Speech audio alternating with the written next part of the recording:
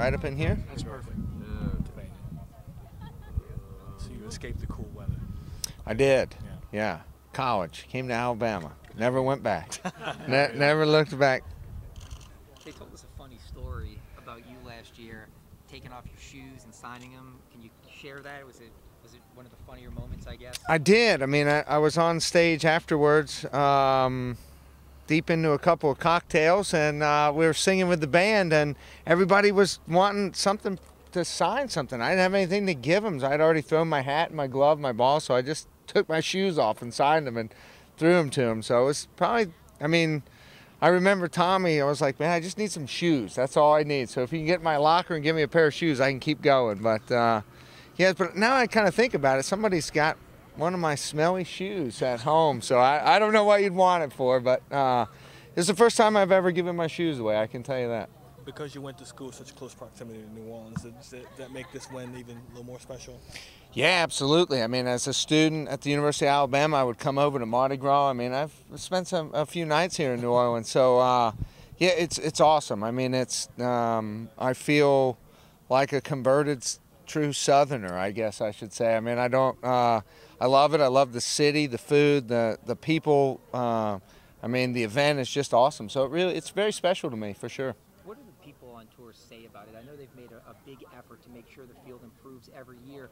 You're with the players week in and week out. What is the talk amongst the event here in New Orleans? You know, the locker room talk, in all honesty, Wednesday is all about the food that's on during the golf course. It's amazing how much, and it's really, we play so many events across the country in so many different towns that the talk is more about the town.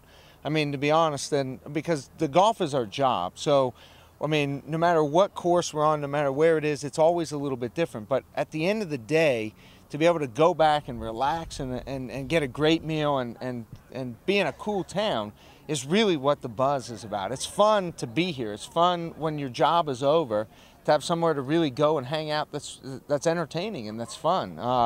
So there are some cities in the country that we go that we don't really have that option. So then it's just all about work. And so here there's work and play. And I think that's really the buzz that you hear in the locker room. When you think back to winning this tournament last year, what about this course suits your game so well? You know, to be honest, I would have said this would have been the last golf course that my game would have suited to win on the PGA Tour, to be honest. It's a long golf course. I'm not very long off the tee. But, you know, last year, it really, on the PGA Tour, it's about putting, and I putted phenomenal. I made a lot of putts within 10 feet, and that's kind of what propelled me to my win. So, but, I mean, like I said earlier, when I drove in here, I think about shots that I hit that, you know, once you leave, you're on to the next week, you really almost forget about what it was until you come back. And, I remember looking down the first hole. I remember the iron shot I hit on Sunday. I mean, it's amazing how those flashbacks come back and how it, just makes you feel good, makes you feel proud, and makes you feel very confident, to be honest. And you were talking inside about, next stop for you is obviously Augusta and chance to play in the Masters where it's the big ones, it's the big tournament. Talk about how this tournament was what propelled you to that opportunity. I guarantee you, every time a winner wins on the PGA Tour, one of the very first things that come to his mind is, I just got myself into Augusta National, because it's such a prestigious event, and it's something that you watch growing up as a child, and it's always on the same venue, and it's really so this win was massive for me to be able to get back, and living in Atlanta, it's as close to a hometown event as I'm going to get. I get to drive my car over there, and so it's exciting. I mean, but you have to. You can't get there without a victory or being top 50 in the world. So this victory was massive for me. I mean, it's really changed my life, and it's given me the opportunity to go as far as I can. How many opportunities do you get to play in Augusta by winning here? Is it just one time? Or you only play the following year or the current year, yeah, that you win in. So yeah, just one time. But hopefully, maybe I can win at Augusta, and then I can play for a long time. Jason, talk about your game right now, what shape it's in, and how you're playing. It's a work in progress right now, to be honest. I haven't played a lot at the beginning of the year. I don't typically start to play until about April.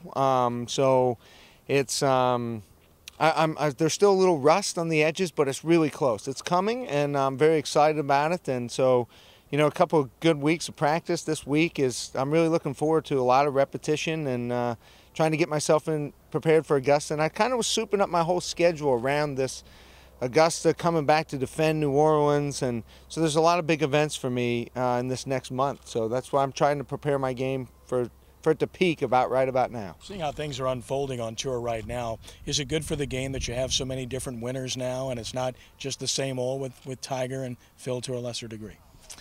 I think it is good for the game. I mean, I think it's exciting. It's exciting for the guys who you can't even pronounce their last name, like Bohn for me. But so it's and for people to see that there are other guys out there that you know are working hard on their games and this is their job. But it's also good for the game when the same winners do win, because it kind of grows the game in a different era where the followers become more attached to those big-time names and those constant winners. So I think it's good both ways, to be honest. I think that's really the right answer to the question. I mean, if I can't win, I hope Tiger or Phil wins, to be honest. But if I can win, I hope I win.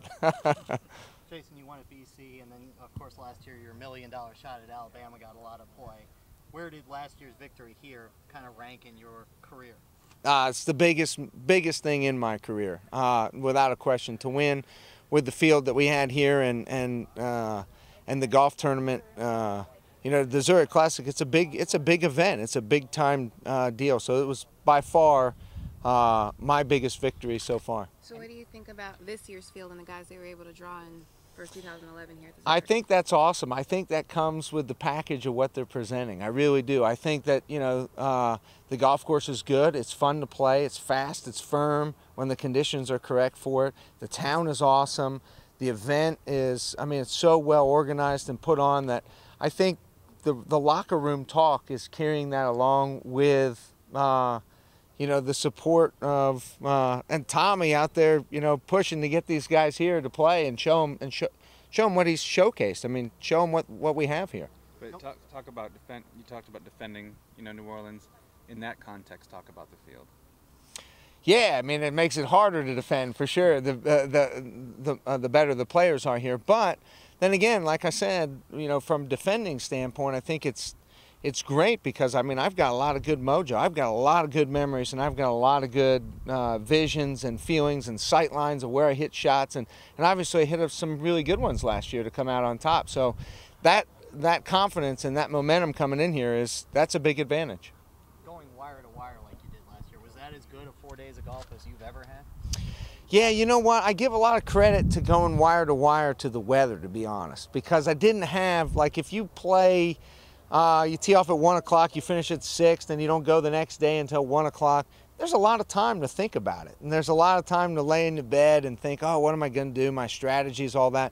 And the weather kind of dictated that, hey, I got to go from sun up to sundown on the weekend and just play as much golf as we can in that amount of time. And I think that really benefited me it didn't let me get in my own way, to be honest. Thanks, Jason. Appreciate it. Yeah.